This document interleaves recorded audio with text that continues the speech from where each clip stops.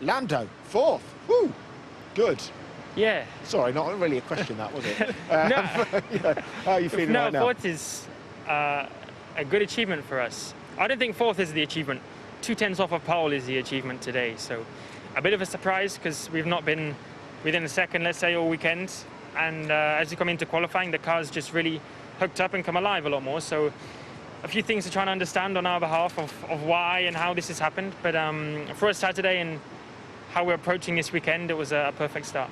But the team must be delighted. I mean, when you saw what Racing Point, the result they had last week, I mean, this firmly keeps you well in the fight into tomorrow for the constructors to get third, doesn't it?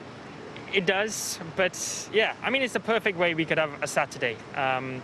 One of the guys at the back that we need to be at the back, Stroll P8, and the Renault's being a bit slower than we were anticipating. So I don't think we can rule anything out because Perez came from last and won last weekend, and he's often come from the back and had a podium or something. So it's not like we can relax or be happy with this. We can be confident and think about it after the weekend, but we still got a big job to do tomorrow. I don't know if the Renault's lack of pace maybe made them rethink their decision. If they were going to be at the back end of the top 10, starting on the softs, which is more advantageous for them, do you think just outside, starting on the mediums, is that an advantage at all tomorrow, do you think, and one that your teammates got too?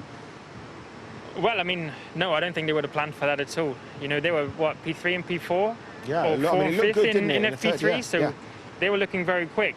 And we were nervous of whether we could get into Q3, and that's why Carlos took the risk. Well, I went 5-1, Carlos went 4-1, so he took a bit more of a risk. But the car came alive, and it wasn't much of a risk in the end of the day. So I'm going to have a bit of a harder job than what the people are on the mediums tomorrow. So not ideal, but I'm a few positions ahead, so I'll hang on. Was it the plan to split the strategy, or you were just more comfortable with the soft tyre in Q2? No, so it was a plan from the beginning. It's what I wanted to do with my engineers, and Carlos did what he did because that's what he wanted to do. So a bit of a preference, which we've not done all year. But yeah, it's not always about what's just the best and the fastest. Sometimes you want to do what you're more confident with, and like you said, that was what I wanted to do. Do you want to watch your lap? Just whilst we can, because Ant's purring about it. He's at the sky pad. Feel free to interrupt him as much as you want, because he loves that when he's going through these things. And it's a good one, wasn't it? Yeah, it was. I mean, if Lando doesn't want to join me here, I'll obviously say bad things about it as we go. But yeah, it is what it is. Right, here we go into turn one. Now, I've already seen the other two drivers from before on the side-by-side running wide here.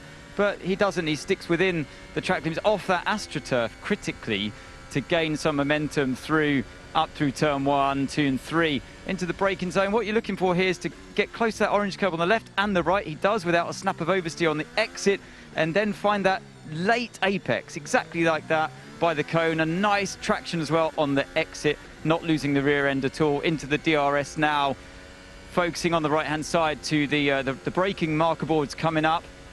And again, we're looking for, remember, Valtteri and Max were just hugging this corner nicely on the left, and then a short shift up into the right. And what he does, he opens up that turn 9 beautifully well to send him on the way down towards turn 11.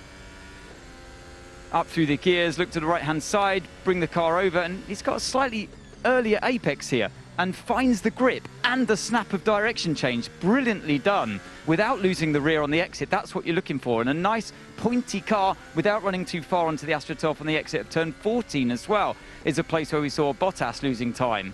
The car's still got that nice front end in turn 17, but he's got the rear end in check all the time and is confident to carry the speed into 19. Early on the power through there, dancing with the barriers on the exit as well. Penultimate corner, just kisses that orange curb on the left-hand side, not too much of it. And the final corner, you can see he's squeezing the power on to just get the car squirming around. It's honestly, not just because you got him on stage, I think honestly that was driven a better lap than the two that I've just watched side by side. So well done, Lando. You should be super proud of that lap. High praise indeed. Any response to that? Thanks, Ant. You're my hero. Would that have been pole position with the Mercedes-Benz engine? Just say yes. Yes. Great. Yes, it would have done. Great.